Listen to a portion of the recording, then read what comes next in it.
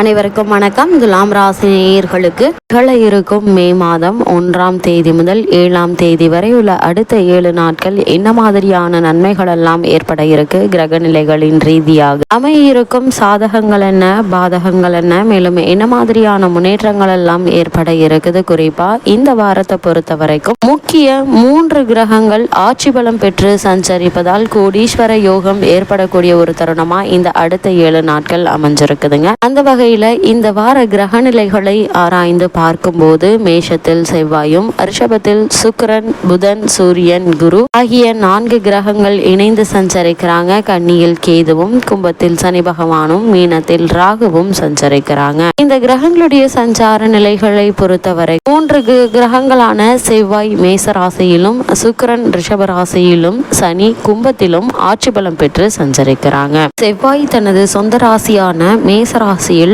ஆட்சி பெற்று இருக்கிறாரு. ஒருவருடைய ஜாதகத்துல செவ்வாய் வலுவான நிலையில் இருந்தால் அது யோகத்தையும் தசாபுத்தியில் நன்மையையும் தருகிறது. ஒருவருடைய ஜாதகத்தில் செவ்வாய் கேந்திர ஸ்தானங்களில் அமர்ந்து அவை ஆட்சி உச்சம் பெற்ற வீடாக இருந்தால் அது விருச்சக யோகத்தை தருகிறது. விருச்சக யோகம் பஞ்சமகா யோகம் ஆகும். அரசாலும் பெருமைக்குரியவர், தயால குணம் மிக்கவர், உடல் பலம் மிக்கவர், பெரும் புகழோடு விளங்கக்கூடியவர்கள். செவ்வாய் பகவானுடைய ஆளுமை திறனால் காவல்துறையில் வேலை கிடைக்கும். அது மட்டும் இல்லாமல் எதிர்பாராத பல முன்னேற்றங்களும் ஏற்படும். செவ்வாய் சகோதரக்காரகன், சிவப்பு நிறத்தின் அதிபதி, ஆண் கிரகம், அதிலும் தைரியமான கிரகம். செவ்வாய் துடிப்பானவர், இளமையானவர், இள ரத்தம், வீரமான கோபமான இளைஞனை போன்றவர். செவ்வாய் எதற்கும் பயப்பட மாட்டார், துடிப்பானவர், தைரியத்தையும் வீரத்தையும் குறிப்பவர் செவ்வாய்.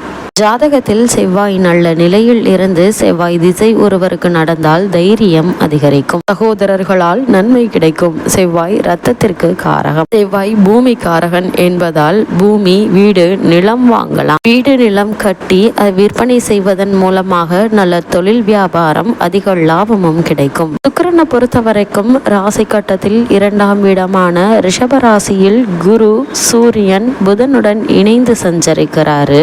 ஒருவருடைய ஜாதகத்தில் திருமண தாம்பத்திய வாழ்க்கையை குறித்து தெரிந்து கொள்ள சுக்கிர பகவான் மிக மிக அவசியம். பொதுவாக சுக்கிர பகவான் உங்களுடைய ஜாதகத்தில் மறைவு ஸ்தானங்களில் இல்லாமல் கேந்திரம் என்று சொல்லப்படும் 1, 4, 7, 10 ஆகிய இடங்களில் இருந்தால் மிகச் சிறந்த தாம்பத்திய வாழ்க்கை ஏற்படும். அதே போல 1, 9, 5 ஆகிய ஸ்தானங்களில் சுக்கிரன் இருந்தால் அவர்களுடைய இல்லற வாழ்க்கை மிகவும் இனிமையாக செல்லும். இதில் சுக்கிர கிரகத்தை பாவ கிரகங்களுடைய சேர்க்கை மற்றும் பார்வை அவர்களுடைய இன்பத்தின் அளவை குறைத்து கூட்டியும் கொடுத்துவிடும். இப்போது குரு சுக்கிரனுடைய சேர்க்கை நடக்கிறது. இந்த இரு சுபகிரகங்களுடைய சேர்க்கையானது சிறப்பான பலன்களை பெறுகிறது. அது மட்டுமில்லாமல் இதன் காரணமாக ஜோதிடத்தில் குறிப்பிடப்படும் நவ கிரகங்கள்ல சுபகிரகங்கள் குரு மற்றும் சுக்கிரன். ஏற்கனவே ரிஷபத்தில் குரு சஞ்சரிக்கும் நிலையில தற்போது சுக்கிரனும் ரிஷபராசியில் சஞ்சரிக்கிறாரு. ஆட்சி அதிபதியாக சஞ்சரிக்கிறாரு. இந்த இருவரும் சுபகிரகமாக இருந்தாலும் இருவரும் எதிரி கிரகங்களாகும். இந்த இரு கிரகங்களும் சேர்ந்து சஞ்சரிக்கக்கூடிய இந்த அடுத்த 7 காலத்தில் சில ராசிக்கு அஷ்டமம் கை கொடுக்கிறது. அந்த வகையில குரு மற்றும் சுக்கிரனுடைய சேர்க்கை நடைபெறுகிறது. இதன் காரணமாக உங்களுக்கு பணவரவு அதிகரிக்கும், தொழிலில் லாபம் அதிகரிக்கும், சேமிக்க வாய்ப்புகள் கிடைக்கும். அதே சமயம் இந்த காலத்தில் உங்களுடைய செலவுகளை கட்டுப்படுத்துவது மிக மிக அவசியங்க. குடும்பத்தில் மனமகிழ்ச்சி நிறைந்ததாக இருக்குங்க. ஆரோக்கியம் மேம்படுங்க. பிள்ளைகள் தொடர்பான சில திட்டமிடல் நல்ல முன்னேற்றத்தை தரக்கூடியதாக இருக்குங்க. குற்றம் கண்டுபிடித்து கொண்டே இருக்கும்.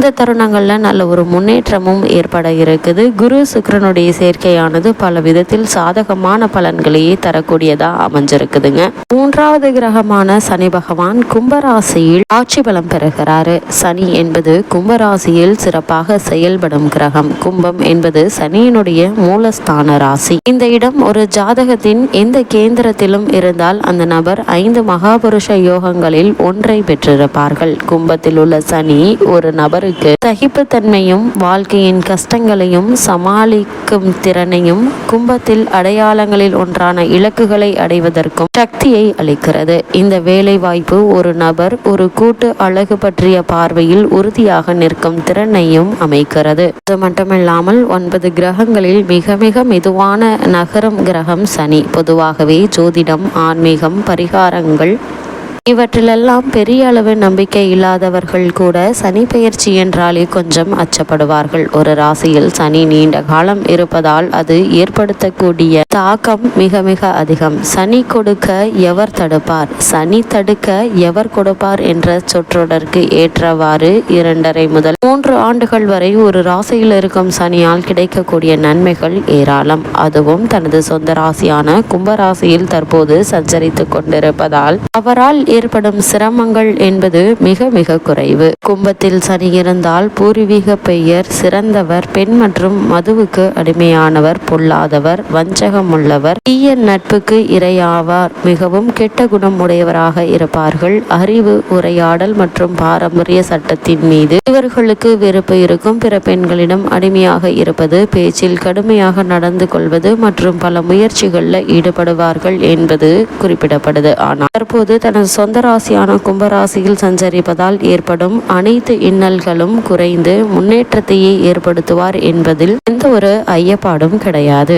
இந்த முக்கிய 3 கிரகங்கள் உச்சம் மற்றும் ஆட்சி பலம் பெற்று சஞ்சரிப்பதன் காரணமாக என்ன மாதிரியான சாதகங்கள் எல்லாம் உங்களுடைய வாழ்வில் அடுத்த 7 நாட்களில் ஏற்பட இருக்கு என்று பார்க்கும்போது, ராசிநாதனன் சுக்கிரன் அஷ்டமத்தில் இருக்கிறாருங்க. அவர் அங்கே இருப்பது தவறில்லை என்றாலும் பல கிரகங்கள் அங்கே கூடியிருப்பதால சற்று சிரமங்கள் இருக்கவே தாங்க செய்யும். சுப விரயங்கள் அதிகரிப்பதற்கான சாத்தியக்கூறுகள் அதிகம் இருக்குதுங்க. பெண்ணுக்கு திருமணம் முதலிய சுபகாரியங்களை செய்யும் வாய்ப்புகள் கிடைக்க இருக்குது. அதற்கான முயற்சிகளை மேற்கொண்டு வரும் துலாம் ராசியினருக்கு சிறு முயற்சியிலேயே நல்ல ஒரு வெற்றி கிடைக்க இருக்குதுங்க. இருந்தாலும் கூட உங்களுக்கு அஷ்டமத்தில் குரு பகவான் இருப்பதால இந்த திருமணம் சம்பந்தமான முயற்சிகள்ல வரனை பற்றி தீர விசாரித்து ஆராய்ந்து அதற்கு பிறகு வரனை நிச்சயிப்பது மிக மிக நல்லதுங்க. விரையாதிபதியான புதன் அஷ்டமத்தில் மறையும் போது மறைமுகமான சில நல்ல பலன்கள் உங்களுக்கு கிடைக்க இருக்குது. 6க்குரிய குரு 8ல் மறைந்தது தனராசியை பார்ப்பதால் பொருளாதார பற்றாக்குறை அகலுங்க. எதிர்பாராத இடங்களிலிருந்து பணம் கிடைக்குங்க. பயணங்கள் நல்ல விதமாக அமையுங்க. 6ஆம் இடத்தில் உள்ள ராகு உங்களுடைய வலிமையை அதிகரிப்பாருங்க. குறிப்பாக சூரியன் குருவோடு இணைந்து சஞ்சரிப்பதால அதிக சக்தியை பெறுகிறாருங்க. வேலை வாய்ப்பு சம்பந்தமான முயற்சிகளை மேற்கொண்டு வரும் துலாம் ராசியினருக்கு சிறு முயற்சியிலேயே நல்ல ஒரு வெற்றி கிடைக்க இருக்குது. துலாம் ராசினியர்களை பொறுத்த வரைக்கும் மேலும் என்ன மாதிரியான விஷயங்கள்ல நீங்கள் கவனமாக இருக்க வேண்டும் என்று பார்க்கும்போது, விரயக்கேது செலவுகளை வைப்பாருங்க. 5ல் உள்ள சனி குழந்தைகள் பற்றிய கவலைகளை உண்டாக்குவார். அவர்களுடைய முன்னேற்றத்தில் சில தடங்கல்களும் தாமதங்களும் உண்டுங்க. அதற்கு தகுந்தவாறு கவனத்துடன் இருக்க வேண்டுங்க. 12ல் கேது இருப்பதால் எந்த விஷயத்தையும் சரியாக விசாரிக்காமல் வெளிப்படுத்த வேண்டாங்க. சகோதர உறவுகள் கவனமாக கையாள வேண்டுங்க. எந்த விஷயமாக இருந்தாலும் அதிகம் பேசாமல் இருப்பது மிக மிக நல்லது. துலாம் ராசினியர்களுக்கு கிரக நிலைகளின் ரீதியாக கூறப்படும் பரிகாரம் என்ன என்று பார்க்கும்போது, ஒவ்வொரு வெள்ளிக்கிழமையும் மாலை மகாலட்சுமிக்கு ஒரு தீபம் ஏற்றி மகாலட்சுமிக்குரிய தேந்திரங்களை பாடுங்கள். எண்ணமற்ற நன்மைகள் உங்களுடைய வாழ்வில் ஏற்படும்.